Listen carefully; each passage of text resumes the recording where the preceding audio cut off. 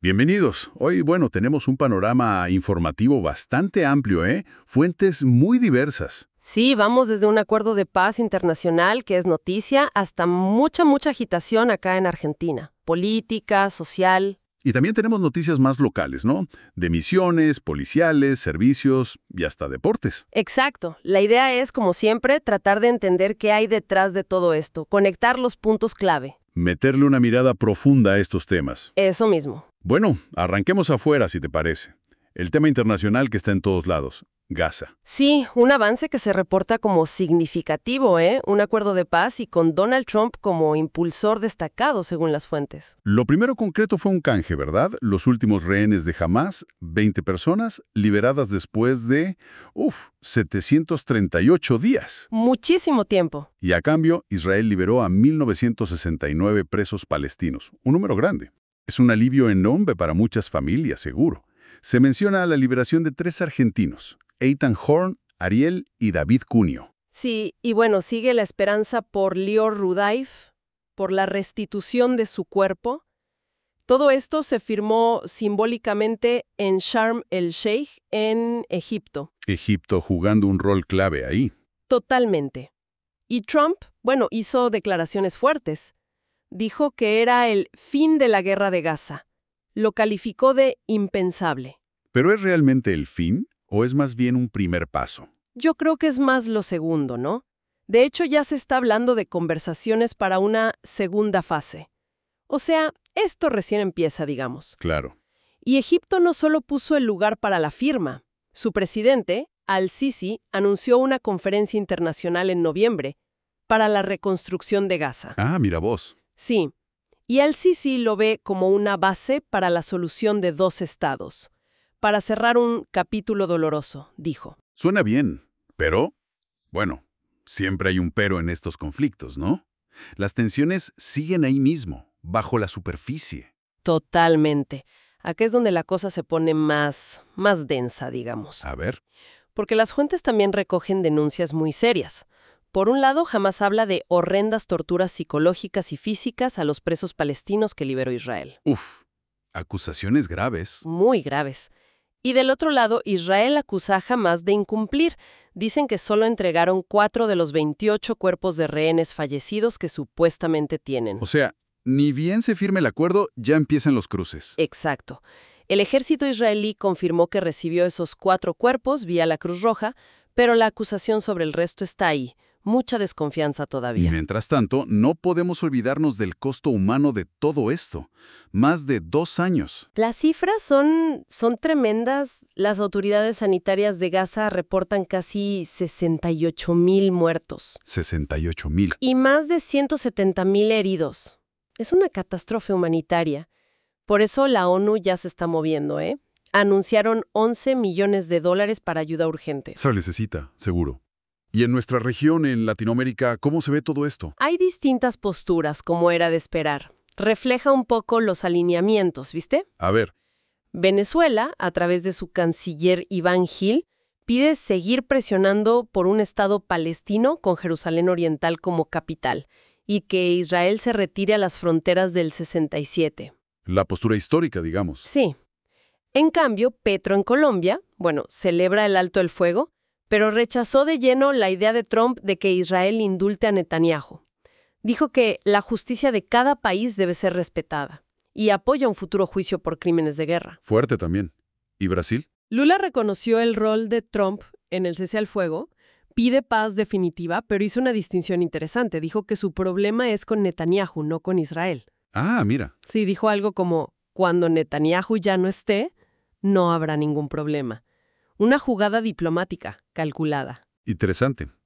Y bueno, las fuentes también cuentan que hubo tensión hasta en los actos formales, ¿no? Sí. 2 parlamentarios israelíes, Ayman Odeh y Ofer Kasif, interrumpieron a Trump.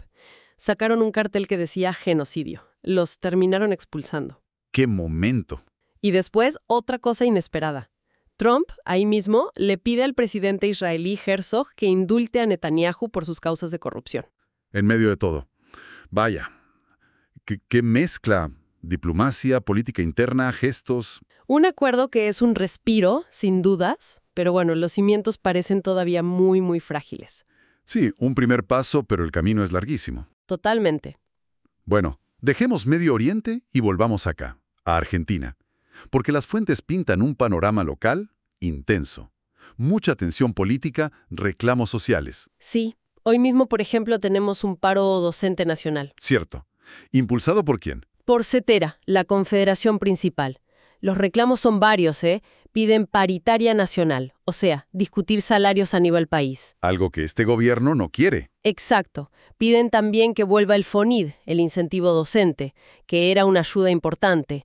Y bueno, más presupuesto para educación, mejoras en las escuelas, lo de siempre, pero más urgente parece. ¿Y hay acatamiento? ¿Se siente el paro? Sí, impacta en todos los niveles. Hay marcha en Buenos Aires y varias provincias se sumaron fuerte. Chubut, La Pampa, Santa Fe con AMSAFE, Tucumán con el gremio de privados, SADOP. O sea, ¿es un reclamo federal? Y en San Luis, ojo, convocaron a marchar mañana. Otro sindicato, UTEP, dice que el salario docente perdió un 80% de poder adquisitivo desde 2010. Es un malestar profundo en el sector. Y todo esto en un clima político, bueno, caldeado es poco, ¿no? El presidente Milei no se guarda nada. No, para nada. Apunta directo al kirchnerismo y sus aliados. Los acusa de querer destruir el país. Hizo comparaciones fuertes, hasta con la Unión Soviética del 17. ¡Wow! Y críticas muy duras a Cristina Kirchner. La llamó Miss Tobillera. Le cuestionó una vieja condecoración a Maduro, a quien él llama narcoterrorista. Y mientras dice todo esto, viaja a Estados Unidos. Sí, hoy mismo tiene agendada una reunión con Donald Trump. Un viaje donde además prometió una avalancha de dólares para Argentina por los recursos naturales. Veremos qué trae de ese viaje. Pero mientras, acá dentro, la política sigue. Complicada. Muy complicada. Hay peleas hasta en las listas electorales. José Luis Expert, por ejemplo, sigue en la lista de La Libertad Avanza en Buenos Aires, a pesar de las polémicas y acusaciones. La Cámara Electoral dijo que no se reimprimen las boletas. Y en esa misma lista, otro lío. Malena Galmarini va a la Corte Suprema. Sí, para que Santilli no pueda reemplazar a Reinhardt. Muestra las tensiones internas, ¿no? Incluso dentro de las alianzas. Claro. Bullrich misma admitió que Expert les genera un costo electoral. Exacto. Y a esto súmale otras cosas. Citaron a Karina Milei y al ministro de Salud, Lugones, a diputados. Es por unas supuestas coimas en la Andis, por unos audios que se filtraron. Más ruido institucional. Sí, y la comisión que investiga la estafa de la criptolibra está peleando un fallo para poder citar funcionarios.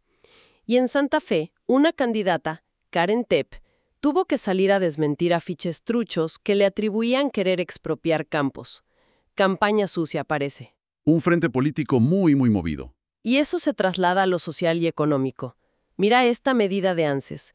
Subieron el tope para cobrar asignaciones familiares, ahora es 2.4 millones de pesos. ¿Y eso qué significa?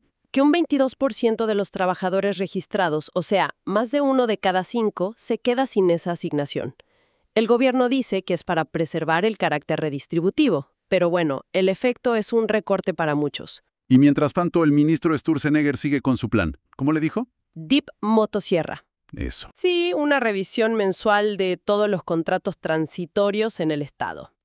Ajuste en el empleo público. Pero, ojo, el sindicato ATE denuncia que, por otro lado, meten militantes oficialistas con sueldos altos y sin concurso. La eterna disputa. Y otra tensión. El Banco Central no le quiere dar información a la Auditoría General sobre el oro argentino que se mandó afuera. Sí, eso genera dudas, obviamente. En medio de todo esto, bueno, el dólar blue bajó un poco a $1.375. Hubo una intervención de Estados Unidos. ¿Sirve eso? ¿Alcanza? Bueno, economistas como Melconian son muy críticos. Dijo con todas las letras que el secretario del Tesoro yanqui llegó de pedo. Redurísimo. Sí, muy coloquial, pero claro. Dice que esto solo alarga la vida de un mercado cambiario que estaba al borde del infarto, según él. O sea, no cree que sea una solución real. Entiendo. ¿Y desde las provincias también hay críticas económicas? Kicillof, en Buenos Aires, Dice que las políticas de Milei golpean al turismo, la gastronomía, el comercio. Y hasta Pérez Esquivel se metió, ¿viste? Cuestionó a Corina Machado, la opositora venezolana, por dedicarle su Nobel de la Paz a Trump.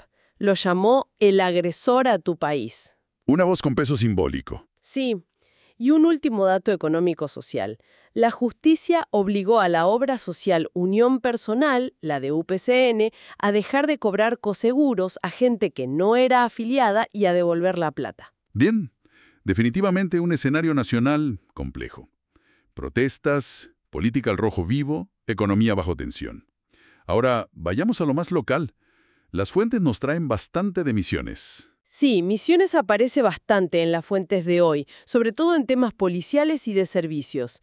Hay varios casos policiales graves que se reportan. A ver, contame. En Posadas detuvieron a una calca de 23 años. La acusan de ser una viuda negra. Parece que drogó y le robó a un hombre de 66 años después de una cita. Le encontraron el celular robado y están viendo si hizo lo mismo otras veces. Complicado. ¿Algo más en Posadas? Sí, también detuvieron a una pareja de 18 y 34 años que andaban en moto haciendo narco-delivery. Les encontraron cocaína y marihuana cuando intentaron escapar de la policía. El narcomenudeo, un problema constante. Y en Puerto Rico, Misiones, desarticularon una banda armada. 5 detenidos. Están acusados de un hecho muy violento. Secuestraron y lastimaron feo, con machetes y golpes, a un chofer. Parece que era por una deuda de su jefe. ¿Con machetes y armas? Sí, les incautaron un rifle calibre 22, una escopeta 12-70, un revólver .32, machetes, municiones, un arsenal. ¡Qué peligro! Y en El Dorado también hubo algo, ¿no? Sí, detuvieron a un tal Juan Luis B., alias Rulo. Tenía prisión domiciliaria por robo calificado, pero le disparó a unos vecinos y amenazó a la policía. ¿Con domiciliaria? Imagínate, le allanaron la casa y encontraron otro revólver 22, municiones de guerra 9 milímetros, DEFAL 7.62, cocaína tipo piedra y marihuana. Además tenía otra orden de detención pendiente. Ahora están viendo si les revocan la domiciliaria, obviamente. Parece que sí. Bueno, más allá de lo policial, ¿qué otras noticias llegaron de Misiones? Hubo un incendio en una casa en Posadas, por la avenida San Martín. Por suerte los bomberos lo controlaron rápido y no hubo heridos. Parece que fue un cortocircuito en un aire acondicionado. El director de bomberos aprovechó para dar recomendaciones, ¿no? Sí, lo de siempre, pero que nunca está de más. Usar instaladores matriculados, no sobrecargar los enchufes, consejos básicos, pero importantes. Y una noticia que afecta al turismo, Iguazú. Sí, el Parque Nacional tuvo que cerrar el circuito de la Garganta del Diablo. Es preventivo, por la crecida del río Iguazú. Llovió mucho, parece. Están esperando que baje el agua para reabrir. Esperemos que sea pronto. Algo del sector productivo. Sí, hay preocupación entre los productores de mandioca. Dicen que los precios están muy bajos, no cubren los costos. Y encima, las heladas del invierno afectaron lo que pensaban sembrar ahora. Piden una rentabilidad mínima para poder seguir. Un reclamo sectorial importante. ¿Y las rutas? Para los que andan por Misiones, las nacionales 12, 14, 101 y 105 están transitables. Pero ojo que Vialidad Nacional avisa que hay obras en la 101 entre los kilómetros 45 y 50 y en la 12 en la zona del bypass de Posadas. Así que a manejar con cuidado por ahí. Buen dato. ¿Y la agenda de servicios? Sí, para hoy martes en Misiones está el programa Ahora Gas en San José y Posadas, el quirófano móvil para mascotas de Limusa en Itaimbe, Guazú, vacunación a tierra rábica, operativos de descacharrado y bueno, detallan todo el calendario de pagos de ANSES. La vida cotidiana, digamos. Bien, un panorama completo de Misiones.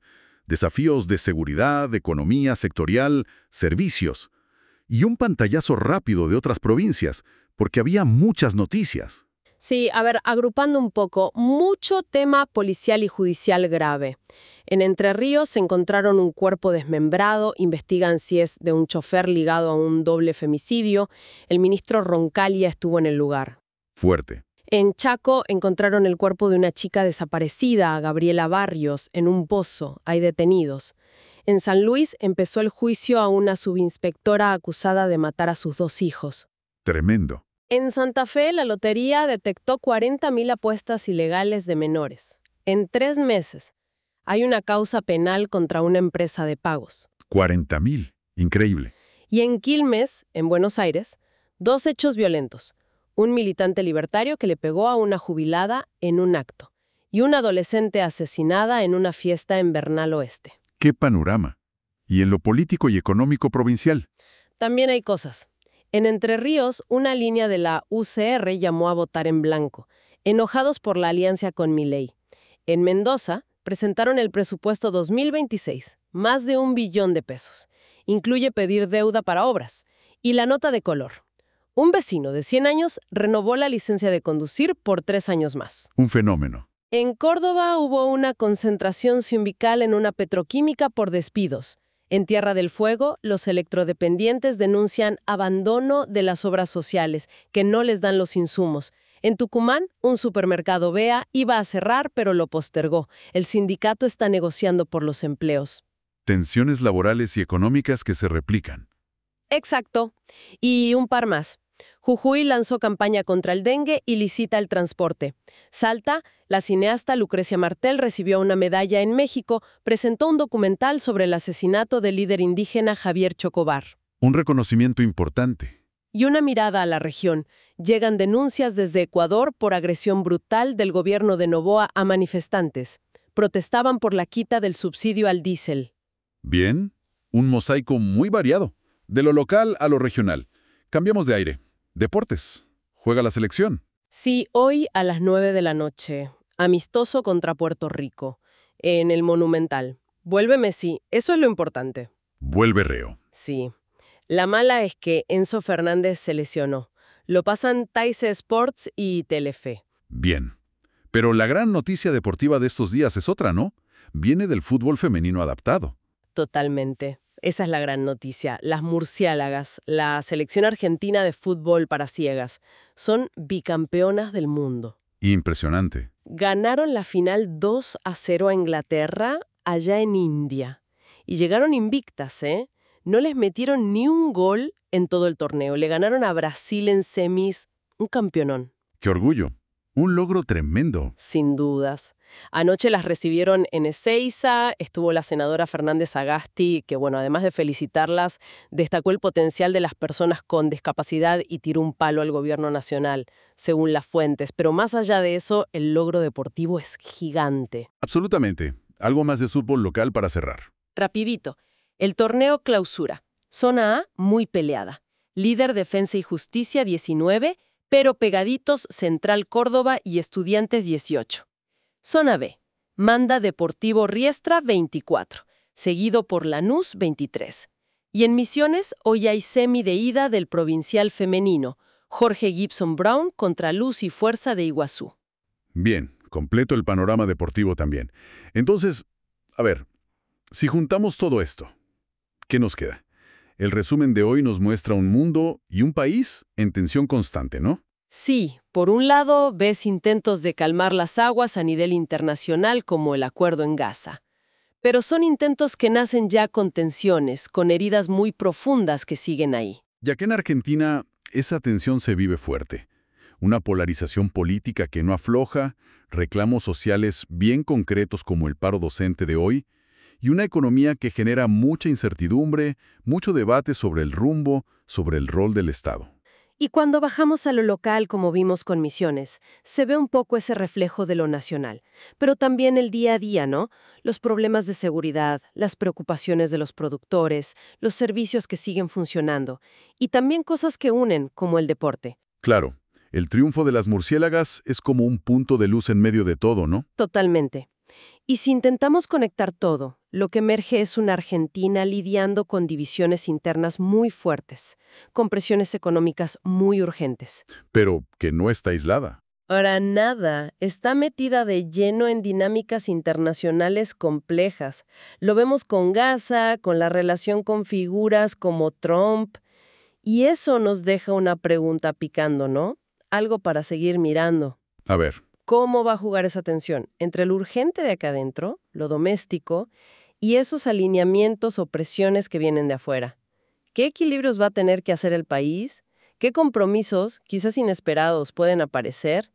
Esa dinámica entre lo local y lo global va a ser clave para entender lo que viene, me parece.